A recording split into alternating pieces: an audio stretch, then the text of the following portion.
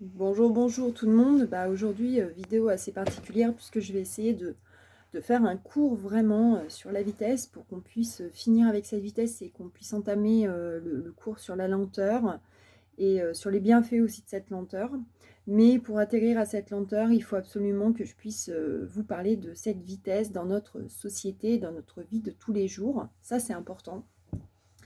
Vous le savez, hein, la vitesse, c'est un rapport de longueur d'une distance parcourue au temps mis à la parcourir.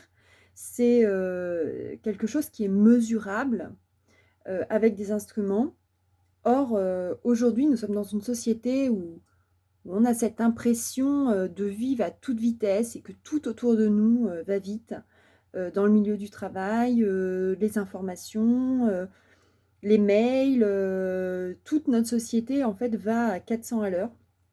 Tout simplement parce que notre société vit dans ce qu'on appelle la synchronisation. Alors la synchronisation, c'est une vitesse rapide, c'est la haute vitesse d'information, c'est-à-dire pour transmettre les informations des données. Aujourd'hui, on est vraiment dans cette société de l'accélération et ça a des conséquences. Alors ça a des conséquences importantes au niveau sociétal. Ça, c'est un philosophe philosophe allemand que vous pourrez retrouver sur le pas de lettres, qui s'appelle Armund Rosa, qui a écrit un livre qui s'appelle Aliénation et accélération, qui montre finalement le rapport de l'homme moderne à la vitesse.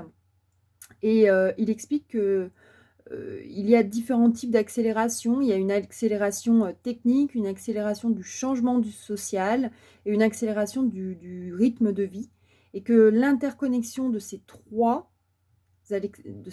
accélérations ont tendance à conduire à l'impossibilité de ralentir ou de se reposer sans prendre un retard irréversible dans tous les domaines de la société.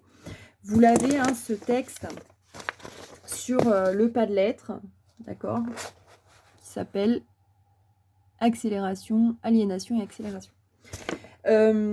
Lui, j'essaye de faire un petit résumé de ce texte. Je ferai une autre vidéo, je vous lirai le texte pour que vous puissiez l'écouter en plus de le lire pour ceux qui ont en plus envie de l'écouter. Lui, il dit qu'il y a une triple accélération. Donc déjà, il parle de l'accélération technique qui est due au rythme croissant de l'innovation dans les transports, la communication et la production. Donc là, on est vraiment dans la synchronisation de l'information. Il parle aussi d'une accélération du changement social qui renvoie à la vitesse à laquelle les pratiques dans la société se modifient. Et ensuite, il parle d'une accélération du rythme de vie des individus qui ressentent de plus en plus vivement que le temps leur manque ou leur est compté, car ils doivent faire de plus en plus de choses de moins en moins de temps. On a vraiment cette idée qu'on est submergé par des informations et par du travail et qu'on n'arrive pas à trouver assez de temps dans sa journée. J'imagine que ça, vous l'avez tous ressenti, milieu professionnel ou milieu personnel. Bon, regardez, hein, je donne un exemple tout bête. Il y a des fois où vous rentrez, vous aviez prévu de faire ça, ça, ça. Et en fait, vous vous rendez compte qu'il vous manque du temps pour pouvoir vous organiser et faire toutes les choses que vous avez prévues de faire à la maison quand vous rentrez du travail. Alors, lui, il explique que cette accélération des rythmes de vie provoque un sentiment que le temps passe plus vite, que le sentiment que ça va trop vite. Et il dit que finalement, on se crée ce qu'il appelle une famine du temps. Voilà, ça c'était pour ma première vidéo, parce que sinon ça va être trop long pour vous les envoyer.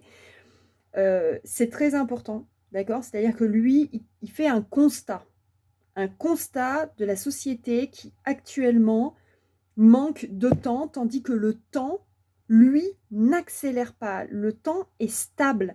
Et comment, lui, il explique comment le temps, finalement, va avoir un impact sur notre ressenti, puisque c'est bien un ressenti qu'on sent. D'accord? Rien d'autre. Je fais une deuxième vidéo, lecture du texte, et après je passe à la deuxième partie, à savoir la tyrannie du temps avec un autre auteur. À là tout de suite.